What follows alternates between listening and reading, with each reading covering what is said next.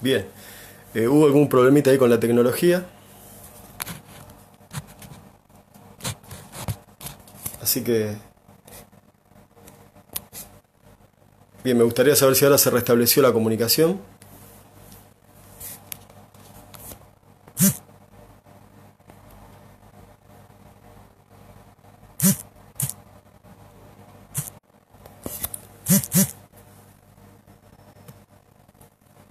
Ahí está.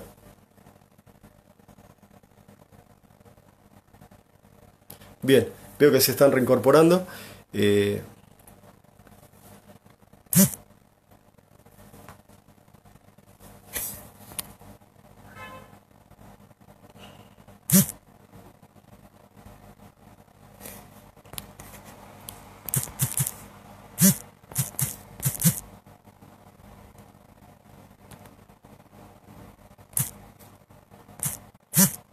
bien, ahí está.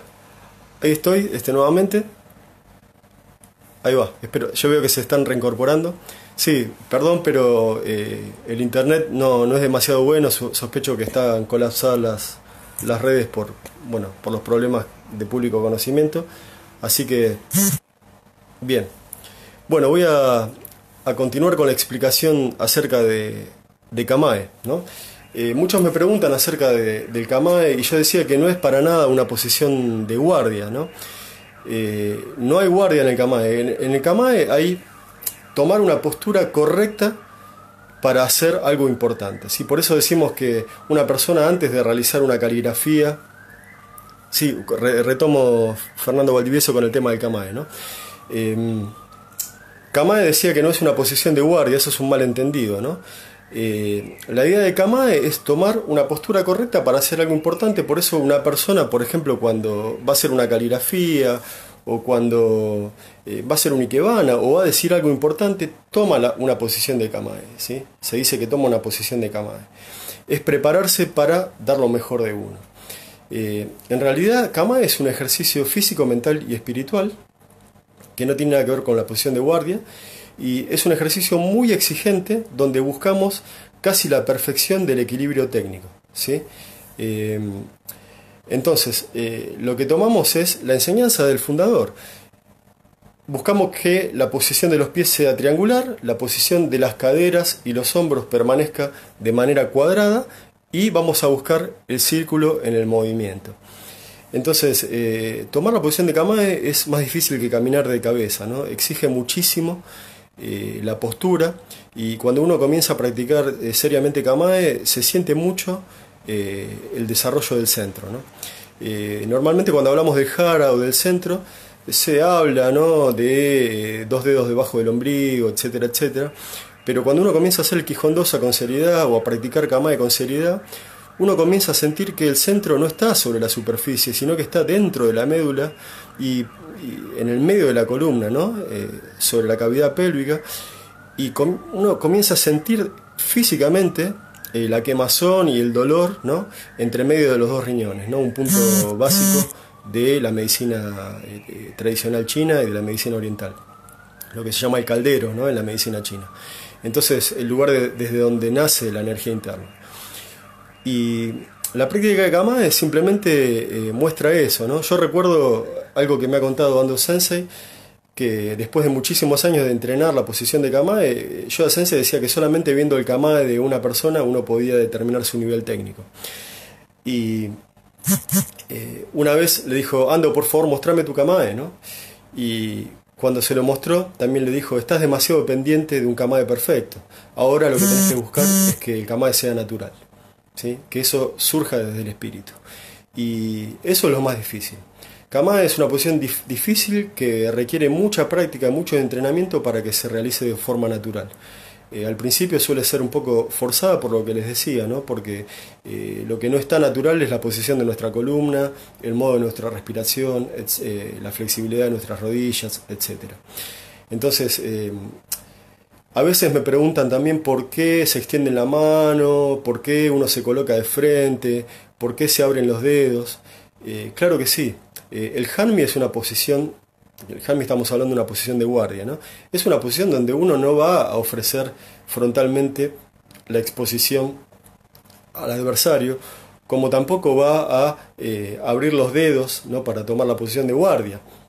Eso podría ser peligroso en un combate real.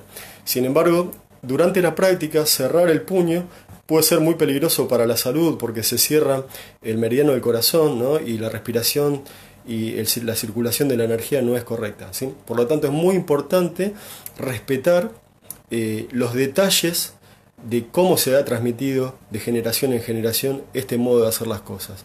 Nada es por casualidad, todo tiene un porqué, ¿sí? Entonces, a veces uno está descubriendo cosas, ¿no? Yo a veces hago la analogía con la música, ¿no? Yo creo que Quijondósa y Kamae, ¿no?, toda la base del Riai, es como las notas, como la escala pentatónica en la música, ¿no?, como la base fundamental. Una vez un amigo que es músico me decía, mirá lo que descubrí, ¿no? Me di cuenta que cuando en esta composición, que era algo muy simple, cuando pongo un re menor en esta composición, transmito una impronta nostálgica, ¿no? Y mi respuesta fue, claro que sí, eso ya lo sabía Mozart hace 200 años, ¿no? Y por eso su Requiem se escribió en re menor, ¿no? A veces como practicantes nos pasa eso. Andamos descubriendo cosas que ya fueron descubiertas hace mucho tiempo y que están ahí para tomarlas. Entonces sería muy importante revalorizar la tradición, tomar las cosas que están y practicarlas profundamente, ¿no? A veces en la modernidad se toma un poco de esto, un poco de aquello. Cuando era joven yo me impresionaba mucho con personas que eran primer dan de karate, tercer dan de judo, quinto dan de aikido, etcétera, etcétera. Yo mismo tenía esa historia personal, ¿no? De tratar de aprender y de llegar a cinturón negro en varias artes marciales.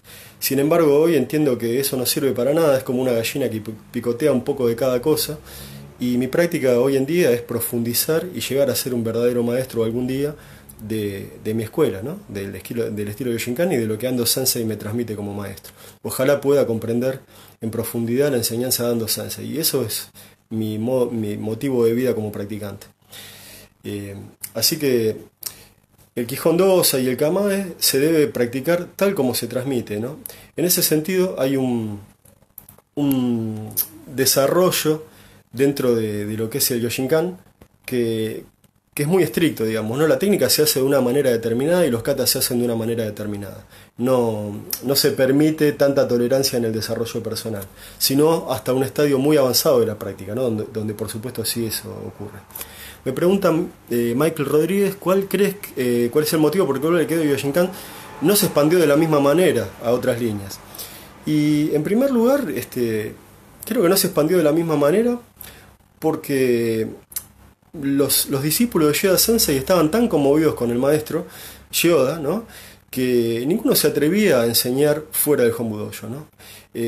Hay una cuestión casi de tiempo, ¿no?, porque ustedes piensen que Ueshiba Sensei muere en el año 69 y a partir de ahí todos sus discípulos comienzan a transmitir. Yoda Sensei muere en los 90, con lo cual recién ahí el Yoshinkan se empezó a expandir de alguna manera a través de sus discípulos, ¿no? Ahí me preguntan también si es cierto que a la muerte de Yoda ofrecieron a Saito la dirección de Yoshinkan. Sí, creo entender que así fue, y que Saito Sensei se sintió muy halagado porque él consideraba a Yoda Sensei su senpai, ¿no? Era quien más le había enseñado fuera de Ueshiba Sensei. Entonces se sintió muy halagado, pero por supuesto no podía hacerlo porque estaba ocupado con una tarea monumental como la que fue llevar adelante la escuela de Iwama Ryu, o lo que después fue la escuela de Iwama Ryu. El asunto es que cuando Yoda Sensei enfermó, sus discípulos todavía eran personas muy jóvenes, ¿no?, entre 40 y 50 años máximo. Y eso era un inconveniente para tornarse el soke de una escuela tradicional, ¿no?, como Yoshinkan. Por eso se buscó a Inoue Sensei, que fue un maestro que hizo una tarea, ya fallecido también, que hizo una tarea muy importante respecto de la unificación y de sostener el estilo unido y con la técnica muy pura, digamos, ¿no? Lo fueron a buscar, era uno de los Uchigeshi de Yoda Sensei de los años 50, y él fue el que se encargó con una gran personalidad y con una gran maestría de mantener a la escuela, ¿no? Bien, espero haber respondido. Después me preguntan Sí, es cierto, no. Si no veo que es cercana la pedagogía de Iwama y la de Yoshinkan. Claro que sí, sí, sí, es bastante parecida, pero bueno, Yoshinkan tiene, eh, creo que es un poco más sintético, ¿no? A veces el estatismo de Iwama y el dinamismo de la Ikigai se ven un poco sintetizados en el Yoshinkan, ¿no? En Yoshinkan tenemos la práctica de la forma muy establecida, el kata keiko, o sea, cada técnica tiene una forma específica de ser realizada. Pero tal como pregonaba Ojiba Sensei, nosotros entramos por la forma para luego abandonar la forma. Y también aparece el Shiyuwasa, ¿no? O las técnicas libres, ¿no? Se practica casi como Yin y Yang, ¿no? Yin-Yo, la práctica dura, la práctica blanda, la práctica estática, física, fuerte, y también la práctica suave, relajada, dinámica y fluida, el nagaré, ¿no? Bien, después me dicen, ¿qué diferencia veo entre Kamae y la extensión del ki? Bueno, ahí tendríamos que mencionar a otro gran maestro como Koichi Tohei, ¿no? Creo que hemos pasado por todos, ¿no? Empezando por el fundador, Yoda Sensei, Saito Sensei, Tohei Sensei. Bueno, me estoy olvidando de algunos, no me estoy olvidando, pero digamos, hay algunos grandes maestros olvidados como Hikisuchi Sensei, como el mismo Tomiki Sensei, no quiero, Yamaguchi Sensei, ¿no? Y por supuesto Kiyomaru Ueshiba Sensei y toda la familia Ueshiba, ¿no? Hay una gran conexión también entre el Ki Aikido y el Yoshinkan, por supuesto que sí. Yo creo que ahí hay que hacer una mención, ¿no? Muchos han creído durante años que el Aikido del fundador es únicamente el que se ha transmitido a través de su familia, ¿no? De su línea directa de sangre. Eso creo que es un grave error, ¿no? Es como, voy a hacer un ejemplo un poco estúpido y por supuesto fuera de escala, pero es lo mismo que pensar que mi hija, que hoy tiene 5 años, pueda conocer más de Aikido que mis alumnos de 30 años, ¿no? Simplemente porque es mi hija. Bueno, eso también es así, ¿no? Realmente cuando el hijo del fundador, sin desmerecer su capacidad técnica, era todavía un niño, Yoda Sensei era un maestro, ¿no? Y Koichi Tohei Sensei era un maestro. Eh, yo creo que había en ese momento una diferencia técnica importante, ¿no? Eh, por supuesto, no, de ninguna manera estoy desacreditando la profundidad de la transmisión y el legado del maestro del segundo dojo, ¿no? Al cual he admirado mucho y sigo admirando mucho, ¿no? A ver, algunas otras preguntas que van llegando. Dicen, por ser muy tradicionalista, ¿no es cerrarse a la evolución de las técnicas? No, en realidad yo creo que justamente ahí hay un malentendido también, ¿no? Creo que la práctica del Budó es Yu-Ha-Ri, ¿no? Es primero copiar, luego comparar y luego desarrollar. Es muy difícil comparar con otros modos de hacer las técnicas si no tengo una forma sólida de realizarlas, ¿no? Por supuesto, Ando Sensei muchas veces aquí mismo en mi casa ha tomado libros del maestro Tohei y me ha mostrado, ¿no? Así hacía la técnica Tohei Sensei, así la hacía Saito Sensei, y esta manera tiene esta fortaleza, pero también tiene esta debilidad, como el modo en que nosotros lo hacemos tiene esta fortaleza y también tiene esta debilidad. Entonces es muy importante comparar, pero hay que comparar con algo sólidamente practicado durante mucho tiempo. Y realmente la última instancia, que es la de desarrollo, creo que es para unos pocos talentosos y privilegiados, ¿no? Por lo que les digo, uno piensa muchas veces que está descubriendo cosas que ya fueron descubiertas hace mucho tiempo. De hecho, podemos decir que el Irimi es el aporte más fundamental y específico del fundador en lo que tiene que ver con la técnica marcial. El resto creo que todo ya existía en las diferentes escuelas, ¿no? Y que él tuvo el talento enorme de nutrirse y de desarrollar de una manera increíble, inigualable, y fue, desde mi punto de vista, el más grande artista marcial de todos los tiempos, ¿no? Bien, después me preguntan, digo, todo lo contrario, ¿no? Cuando uno profundiza en la tradición, de ninguna manera está obturando la evolución. Todo lo contrario, todo lo contrario. Pero sí me parece que hay que evolucionar sobre una base sólida, ¿no? Porque si no, hay cosas que se pierden al paso de una, dos o tres generaciones. De hecho, hay una cantidad de cosas que se han perdido. Se han perdido. Uno observa, Yoda Sensei mismo ya lo veía en los 80, en los 90, que decía que el aikido moderno se veía como un río, pero sin agua, ¿no? Era solamente el lecho, pero era solamente una forma vacía, ¿no? Bien.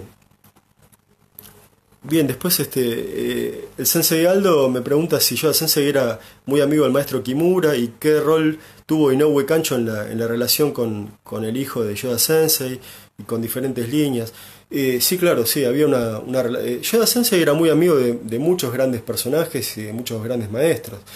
Para decir algo, Mike Tyson se interesó por Yoda Sensei y una vez fue al Yoshinkan Hombu a ver una demostración de él y de sus discípulos, entre ellos Ando Sensei, muy interesado en el trabajo de los pies del maestro Yoda. También maestros, digamos, el heredero de Musho Shinden Ryu o el maestro Yagu, muchos de ellos se relacionaban con el maestro Yoda y interactuaban permanentemente en el intercambio técnico y en lo que ellos amaban, que era el trabajo de conocer las artes marciales y desarrollarlas en profundidad. Y bueno, respecto a Inoue Kancho, bueno, ya fallecido lamentablemente, su rol fue fundamental, porque él tuvo la fortaleza de sostener la unidad de la escuela, ¿no? Y la tradición de la técnica. Respecto de Yashuya Yoda Sensei, no hay diferencias en la línea técnica. Digamos, todos los maestros de Yoshinkan enseñamos, o yo no soy un maestro, soy un mero instructor, pero en todas las escuelas se enseña lo mismo. En este momento, digamos, hay algunas diferencias políticas que el mismo Yoda Sensei propiciaba, ¿no? Respecto de cómo se tienen que manejar los dojos. Sin embargo, todos confluimos en la misma técnica y todos estamos dispuestos a cooperar en forma permanente. Por ejemplo, yo estoy llevando adelante ahora una federación en Latinoamérica, donde hay instructores de diferentes ascendencias. Se está trabajando en Brasil, en Chile, en Paraguay, en Colombia. Bueno, en Brasil, por ejemplo, está establecida también la línea de Yashuya, del hijo de Yoda Sensei, que se llama SIAF. Y bueno, con los practicantes de SIAF la relación es óptima y estamos siempre trabajando en cooperación. Así que para nosotros el desarrollo de las diferentes líneas políticas es algo que no tiene ninguna importancia, ¿sí?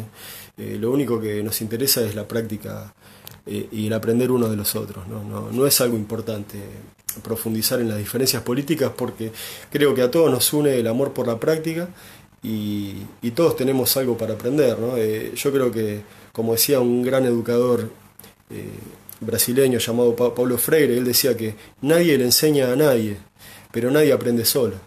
Todos aprendemos los unos de los otros y en este caso el Aikido es el intermediario, ¿no? Y todos somos hijos de Ueshiba Sensei, ¿no? El fundador es uno para todos. Sí. Bueno, agradezco los saludos desde Medellín, Colombia. A ver si hay alguna otra pregunta que haya quedado.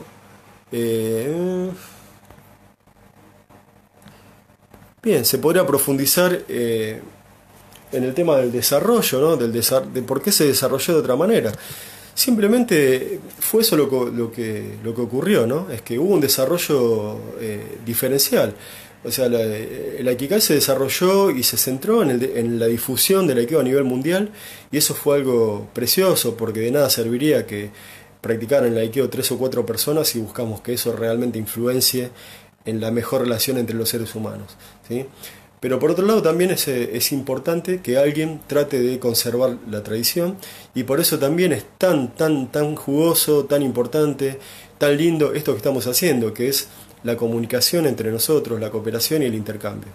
Porque si no, nos estamos perdiendo algo, ¿sí?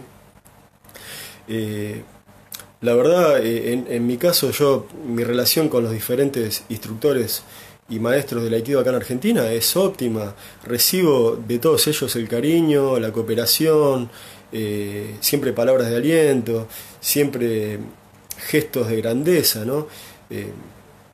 Con todos los que me encuentro, charlo, la relación es óptima, ¿no? Afortunadamente no me encuentro en diferencia con ninguno y soy invitado a todos los eventos de diferentes escuelas y siempre voy con mucho cariño y siempre mi dojo está abierto para que vengan a practicar del lugar que quieran, ¿no? Sí, ahí me preguntan si es cierto que Yoda Sensei aprendió con Kodo Horikawa.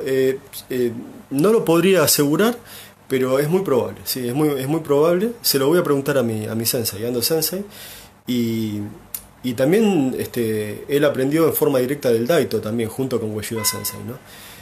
Así que me estás transcribiendo Aldo Sensei algunas preguntas antes de que se corte la transmisión. Yo creo que queda poco tiempo ya, quedarían 5 o 10 minutitos. Héctor Villagómez Sensei, que tuve el gusto de escuchar su charla y alguna vez compartir experiencias por las redes sociales, me dice que tiene entendido que Yoda Sensei estudió Daito Ryu. ¿Usted cree que Yoshinkan es más cercano a las primeras enseñanzas de Ueshiba Sensei? Claro que sí, sí, sí. Es así, tal cual como usted lo dice de Sensei. Yoda Sensei mantenía esa cercanía con la marcialidad. Pero también a veces nos dicen que es un aikido duro y es un aikido puramente marcial, y tampoco es exactamente así, ¿no? Nosotros damos clases desde un colegio hasta fuerzas especiales de seguridad, ¿no? Y esa heterogeneidad, ¿no? Esa manera de poder darle aikido a todas las personas. Y en mi dojo hay personas de 70 años, hay personas jóvenes y fuertes, hay una persona con un trasplante de riñón, hay mujeres, hay niños, y todos practicamos juntos con alegría, y cada uno hace lo que puede y cada uno hace lo que siente, desde el punto de vista de cómo siente su aikido. Todos practicamos con disciplina, todos practicamos dando lo mejor de nosotros, pero cada uno encuentra en el aikido lo que necesita, ¿no? Así que no se obturan las personalidades por seguir una tradición, ¿no? Desde Mendoza saludan. Creo que acá no hay. Sí, en Mendoza hay un alumno mío, Javier Iscovici, en Junín, que está, y también Carlos Salinas, que están en la zona de Tunuyán, que están practicando hace ya bastantes años. Así que por favor conéctense con ellos si les interesa intercambiar. Después me preguntan cómo se encuentra sistematizada la práctica cotidiana, cuántas veces a la semana encontramos armas, Ubari Wasa. Eso es muy interesante. En nuestra práctica nosotros trabajamos Ubari Wasa, todas las clases, todas las técnicas se hacen una vez, digamos, se practican un tiempo en Tachi Wasa y un tiempo en Subari Wasa. También se incorpora muy asiduamente la práctica del Buki, y también la práctica de Sagaku, que es una hora de Seiza, también la caligrafía. Digamos, el Yoshinkan es un aikido que está impregnado absolutamente de la tradición y de la cultura japonesa, por lo cuanto, por ejemplo, la práctica del Yodo o la caligrafía es una parte esencial de nuestra práctica, como lo es la práctica de las armas, como lo es la práctica de la meditación sentado durante una hora. Por supuesto, no todos pueden estar una o 2 horas sentados en Seiza. Los más avanzados tienen que hacerlo. Los que no tienen el físico preparado estarán 5 minutos. Y esa práctica es tan importante como el que pueda permanecer durante horas en Seiza, no es menos importante, ¿sí? Y también hay clases que se llaman Yukuri, donde el sensei entra sin hakama, y eso es la indicación de que ese día se puede practicar lo que uno guste, y se le puede practicar al sensei todo lo que se le quiera preguntar, cuantas veces se le quiera preguntar. No es una práctica fuera de la formalidad que caracteriza nuestro entrenamiento regular, digamos, ¿no? Pero también existen esos espacios de distensión absoluta. Después el sensei Enrique Muñiz, que es un gran amigo y maestro, me pregunta el modo de trabajar paso a paso, ¿no? A modo de kata. ¿Es porque se enseñaba a grupos grandes? Y claro que sí, claro. Una de las maneras de poder transmitirle a un jardín de infantes o a una escuela o a una fuerza especial de seguridad donde hay más de 2 o 3 alumnos practicando con su maestro, con Uchideshi, y viéndolo todo el día, justamente era desarrollar una estructura y una metodología. Y créanme que la metodología de Yoshinkan funciona, ¿no? Lo que yo veo es que el 90% de los practicantes que siguen adelante de la metodología consiguen una técnica sólida y respetable, ¿sí? Y a veces lo que uno ve es que para comprenderlo desde un punto de vista más personal hay que tener un talento muy especial, ¿no? Por ejemplo, uno ve grandísimos maestros como Cristian Tissé Shihan, que es una persona absolutamente talentosa y que ha desarrollado algo bellísimo y tremendo desde mi punto de vista, es algo muy bello y que admiro muchísimo. Sin embargo, yo creo que hay que tener el talento de un sensei como ese para poder desarrollarlo. Para el resto de los mortales, en los que me incluyo, mi única manera es practicar disciplinadamente durante mucho tiempo, repetidamente, con todo el tesón y la disciplina que le puedo dar. Y así hacer algo de mi práctica, ¿no? Así hacer algo de mi práctica. Sí. Después me preguntan también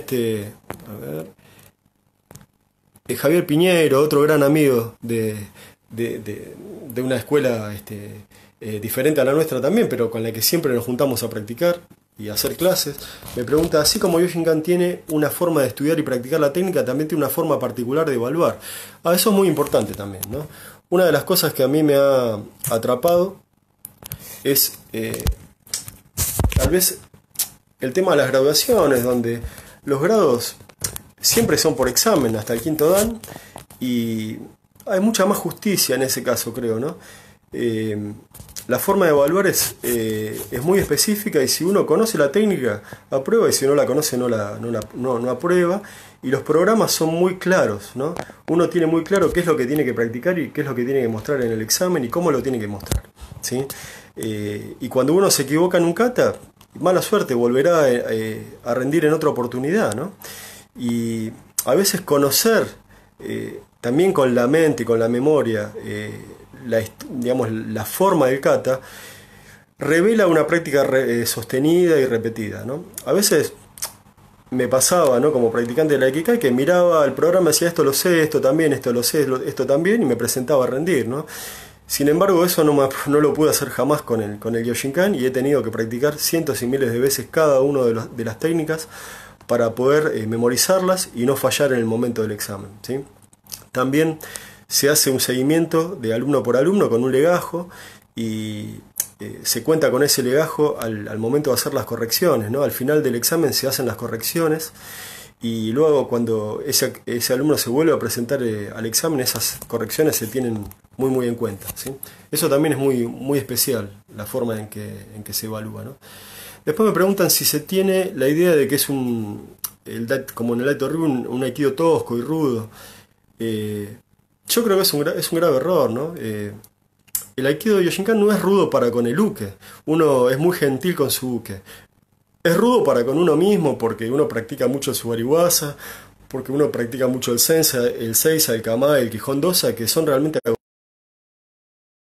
La aplicación de las técnicas es lo más suave y lo más gentil y posible para con mi compañero, porque yo necesito a mi compañero para poder seguir practicando, ¿no? No hay rudeza, ¿no? Sino hay disciplina y hay una práctica lo más profunda y consciente posible. No tiene nada que ver con tosquedad, con mecanización o con rudeza, ¿no? Yo creo que hay mucha sensibilidad y mucha conexión, ¿sí? Después me dicen, ¿desde qué grado se usa el hakama?, me pregunta el sensei Aldo. Normalmente nosotros propiciamos que el único que usa el hakama es el que está dando la clase, ¿no? Para que no haya confusión. Si alguien entrara en un dojo y ve tantos hakamas, no podría saber quién está a cargo de la clase, ¿no? Y además también porque en la posguerra era muy difícil conseguir un hakama, y a veces nosotros valorizamos el hakama de una manera muy particular, porque también recordamos las hambrunas de la posguerra y lo difícil que era utilizarlo. Normalmente de tercer dan en adelante se permite usar el hakama, o se permite usarlo cuando uno está a cargo de una clase, ¿no? Pero normalmente el único que usa el hakama es el sensei cuando está a cargo de su clase, ¿sí? No, además, la práctica con el hakama facilita mucho la conciencia del centro, y a veces practicar sin hakama vuelve a exponer los errores en los pies, en las posturas, y es importante cada tanto, yo creo también para los que siempre usan, practicar sin el hakama, ¿no? Sin el hakama, porque van a poder ver expuestas los vacíos o las falsas posturas, ¿no? Eso también es muy interesante. Bien, desde la Patagonia me preguntan y me agradecen los conceptos. Yo le agradezco a ustedes la atención. Espero haber resuelto algunas dudas. Dice, le quedó claro que después de todas las charlas reafirmo el cuento de los tres ciegos, que cada uno ve su parte. Claro que sí, cada uno ve su parte. Por eso es tan importante que nos juntemos y que cada uno pueda compartir con los demás su parte, ¿no? Eh, Bien, me agradecen. Bueno, Miguel Macera, muchas gracias, muchas gracias. Eh, Enrique Silvera Sáenz, lo mencionan acá, un gran maestro con el que también tuve la chance de compartir, al que quiero mucho, así que muchas gracias también. Ah, el sensei Fernando Carrizo, una persona muy querida por mí, que ahora está incursionando en el Jiu-Jitsu, que lo felicito y lo quiero mucho. Muchas gracias. Bueno, creo que estamos llegando al final, queda solo un minuto para no apropiarme de un espacio que no me corresponde. Quiero agradecer muchísimo al sensei Aldo Corrales, que hace una tarea titánica para juntar a diferentes instructores, para desarrollar el aikido, para evacuar dudas, para cooperar. Así que muchísimas gracias, Sensei. Muchísimas gracias a todos los maestros de otras escuelas que estuvieron en la charla y que colaboraron con sus preguntas y con su sinceridad y con su respeto. Y por supuesto me gustaría practicar con todos y cada uno de ustedes y compartir tatami con todos ustedes, ¿sí? Gracias, gracias, gracias. Y por supuesto mi escuela está abierta para todos ustedes el día que quieran. Nosotros tenemos la posibilidad de recibir gente para quedarse a dormir en el dojo, ¿no? Con dormitorios y todo. Así que cualquier persona de cualquier parte del mundo que quiera venir o visitar a Ando Sensei en Japón, por favor conéctese, y eso es absolutamente posible, tener la experiencia de Luchideshi, ¿sí? Muchísimas gracias. Os, domo arigatou gozaimashita. Gracias a todos.